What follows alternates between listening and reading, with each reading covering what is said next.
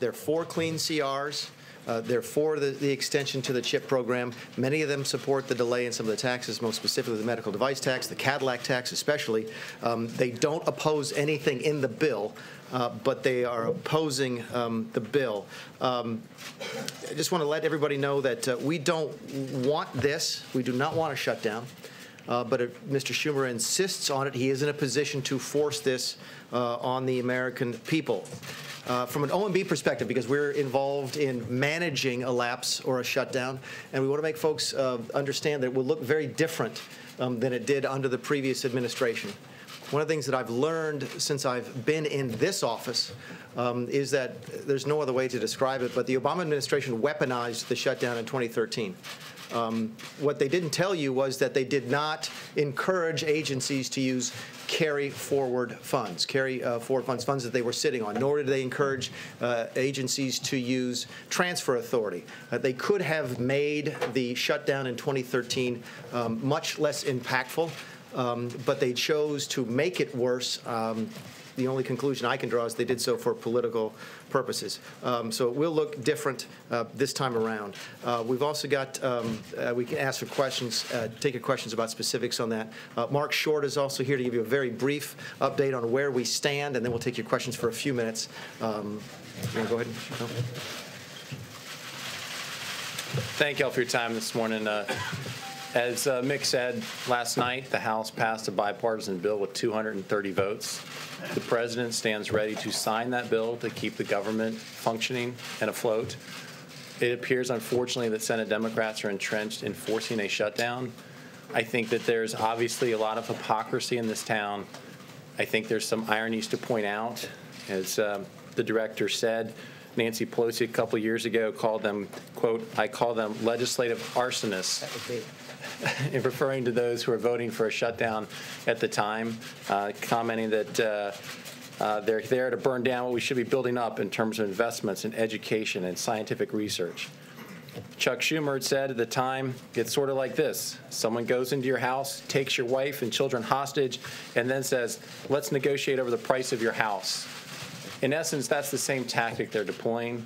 Last night, I'm sure many of you know, y'all asked Senator Feinstein her position, and she said that if the government shut down, people will die. And as a follow-up question, how's she going to vote? She said she hasn't decided yet. People are going to die. I don't know how I'm going to vote on this. So here we are. I think the reality is that this is not about policy. It's about politics. As Mick said, we're not familiar with anything in this CR the Democrats are opposing. In fact, they champion and support the CHIP program. This will reauthorize it for 6 years. I believe new study says there are 9 million children now getting health insurance through that program. The reality is that we will jeopardize payments for our military and our troops and those serving on the front line of our country, both at Customs and Border Patrol, ICE, those who are trying to protect our borders and protect our country. This is a serious issue. We are frustrated, obviously, because Mick's job is to submit a budget to Congress. Let's keep that in perspective. Mick does that in February. Congress has months to complete appropriations process. The fiscal year ends on September 30th. We're now in mid-January. It is frustrating to all of us that we're in this position. But what's unclear is what is it the Democrats are asking in order to get out of a shutdown? It seems that they are just hell-bent on getting to a shutdown. We are anxious to make sure that our troops and those serving on the front lines of our country continue to get paid. Mark. Mr. Mulvaney. Mark, a couple things on that. I think we know what the Democrats are asking for. They want a deal on DACA. The president, on the other hand, tweeted last year that our country needs a good shutdown. Isn't he getting exactly what he asked for?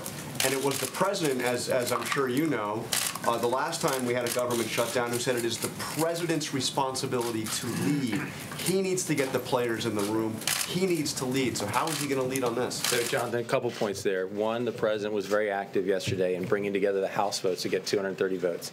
He was speaking to Freedom Caucus members. I think that was where we had the best challenge yesterday, and he helped get that bill accomplished. I think he's making continued calls this morning. He's called both bipartisan members today. He will continue to do that. He is leading on this issue. Regarding DACA, we feel that the administration has put forward our plans on this. Keep in mind that Secretary Kelly a year ago went to Congress and said, we need a solution on DACA. We asked Congress to fix it. We knew what was going to happen when several states sued the federal government over Obama's unconstitutional policy here. We gave them plenty of heads up and warning on this. Back in the fall, we submitted our priorities to Congress in October. We then refined those at their request to say, this is too much. We basically negotiated against ourselves and winnowed down that list for them to say, here are practical things that are necessary to get to a deal on DACA. We have put forward that plan. We think that right now, you just saw a study a couple days ago that showed 2,500 people on the terror watch list are trying to get into this country every year.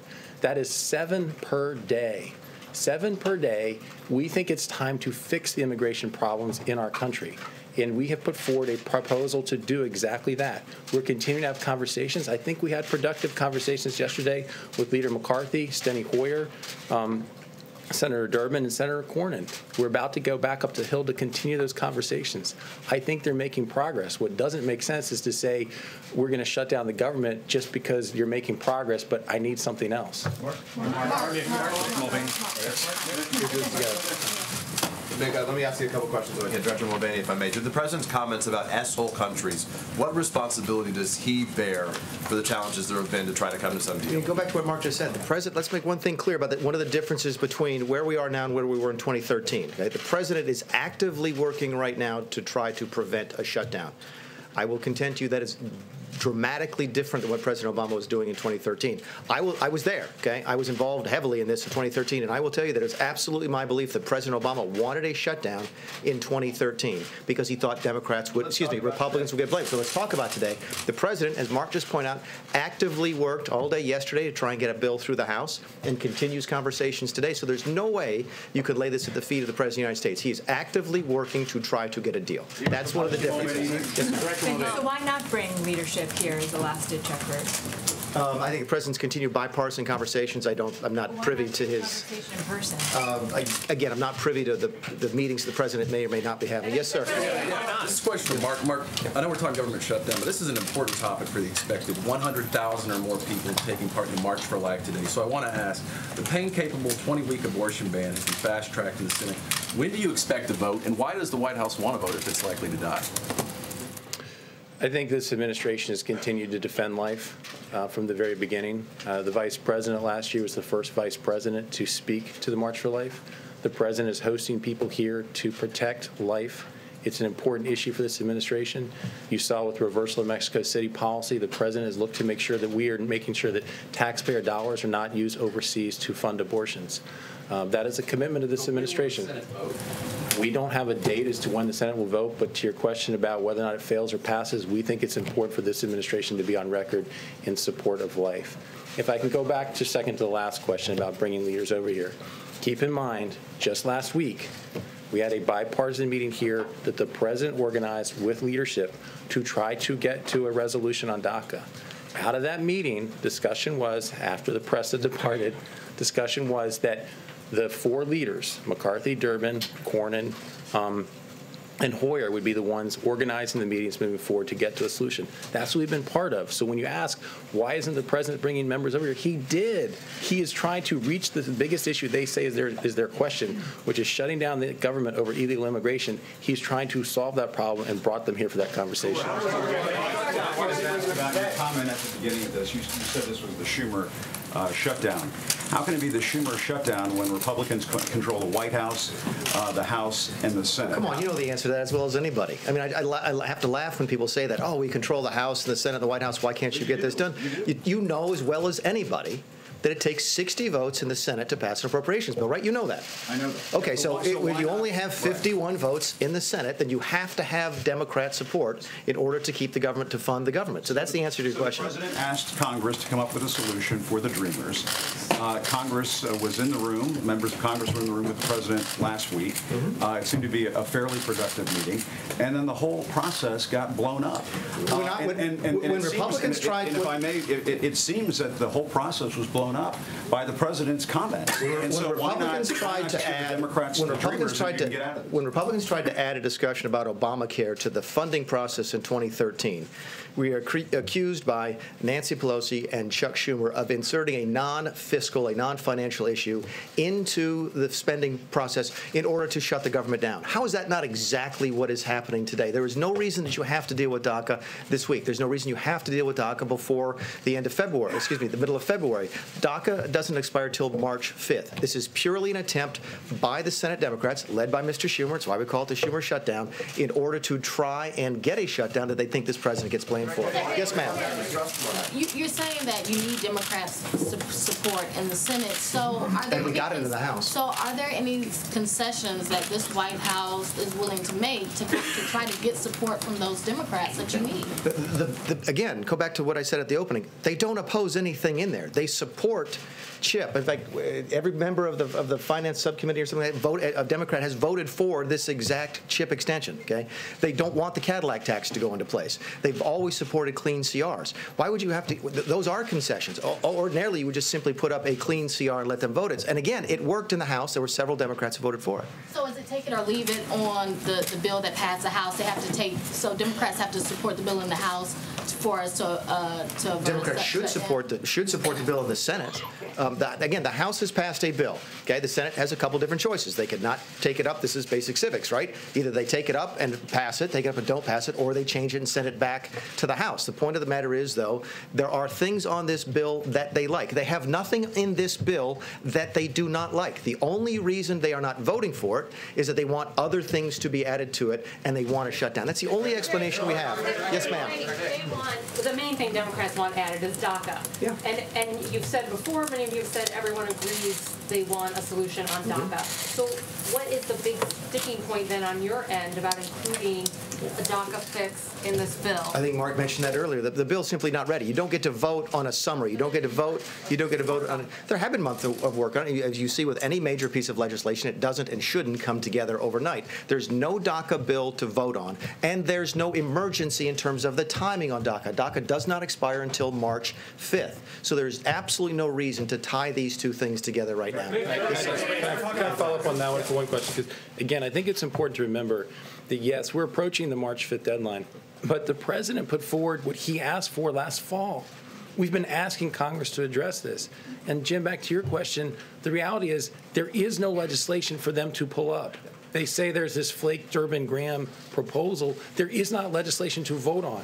So when they say we need to have DACA solved before you do a continuing resolution to keep the government open, there isn't actually a bill for them to even vote on, which I think shows that this is really about politics and not really about policy. And I think General Kelly will also tell you that he actually mentioned this to the senators during his confirmation process. So this administration has been trying for at least a year now to get some progress on DACA, and it's Congress that's taking that. Yes, Can I sir. start with Mark, if I could, and then I got a question for you as well, Mick. You've been the one who's been up there on Capitol Hill every day. What I'm getting from the podium today is if this happens, it's the Democrats' fault. What, as a practical matter, can you do between now and midnight tonight to change the equation and get people on board the CR? Well, John, I think, again, one of our challenges, I don't think it's clear what the Democrats are asking for. I accept that you're saying they want a solution to DACA, but there is not bill text that they're asking Republicans to bring up. So I think that they really believe for political reasons it's better for them to force a shutdown. The president is continuing to reach out to them, and he will continue to do so throughout the day. He is actively on the phone. That's what we will continue to try to be saying, what is a solution that you guys think would be necessary? We frankly think that giving the Children's Health Insurance Program, something that Democrats have asked for, reauthorizing it for 6 years, was something that would attract Democrat votes. Unfortunately, it doesn't appear that's the case. And Mick, just if I could to you, because the other big story of the week has been the CFPB and your request for zero funding. Are you working to reduce spending there? What's the future of the CFPB? What's Leandra English's current role there, and does she continue to draw salary? 6 questions at once. It is. I won't speak to litigation with Ms. English. We do intend. We've asked for no money this quarter over at the CFPB simply because we didn't think it was necessary. The CFPB has $177 million in its reserve fund, and we were able to operate next quarter off of that. So that was the reason that we asked for no money this quarter. We intend to continue to fulfill the statutory mission of the CFPB. I've told people from the day I walked in there, I wasn't there to shut the place down or blow it up, but we will focus on the statutory mission, and we have plenty of money in the bank to do that. Yes, sir, and this will be the last one. Yes, sir. Thank you very much. You mentioned that DACA is not an immediate need now because of the March 5th deadline. You know, though, that that is the sticking point for many Democrats. So for people who are sitting at home and they are wondering if there is a government shutdown, how long would this last? Could this potentially go weeks? Like the last one was 16 days, especially since you're talking about the March 5th deadline. What is the realistic time frame of how long, and this is for either of you, a shutdown could potentially last? Yeah, you all have seen, we talk about immigration, and you all have seen the quote from Mr. Schumer from 2013, but I'll read it again. He says, basically, it's sort of like this. We could say we're shutting down the government, we're not going to raise the debt ceiling until you pass immigration reform. It would be governmental chaos. There are examples of statements exactly like Bernie Sanders, one of my favorite. What they are saying, by the way, this was of me back in 2013 in the group that was trying to figure out a way to force a debate on Obamacare repeal. What they are saying to the American people tonight is maybe we have lost the presidential election. Maybe we have lost seats in the Senate and the House. This is Sanders talking now in 2013. It doesn't matter. We can now bring the government to a shutdown, throw some 800,000 hardworking Americans out on the street, and we're going to get our way no matter what. This is exactly what they accused the Republicans of doing back in 2013. There is absolutely no reason to have to insert a DACA discussion, an immigration discussion, into the funding bill today. The reality is it's there, so how long should people expect? Yes. Can you expand upon that, please? Yeah, sure. A couple different things. And again, the OMB is responsible for sort of managing the lapse, managing the shutdown. The military will still go to work. They will not get paid. Okay? The border will still be patrolled. They will not get paid. Fire folks will still be fighting the fires out west. They will not get paid. The parks will be open. People won't get paid. You can see the whole list. There'll be a bunch of different things when you see in 2013 compared to 2013, but don't lose sight of the fact that we're asking the military to work without pay. We're asking firefighters to work without pay. It's still harming the people. No, it's different. Okay, it's different. Parks will be open this time, and they weren't before. Let's go down the list. The parks will be open. The way it works is that the parks are open, but especially if the services are provided by third parties, but things like the trash won't get picked up. Fannie and Freddie will be open. The post office will be open. The TSA will be open. But again, all of these people will be working for nothing, which is simply not fair. We are going to manage the shutdown differently. We are not going to weaponize it. We're not going to try and hurt people, especially people having to work for this federal government. Okay, but we still need Congress to appropriate the funds. Look, that's all the time we had set. We're supposed to roll off at 11:30. We'll be doing this again. So anyway, thanks very much.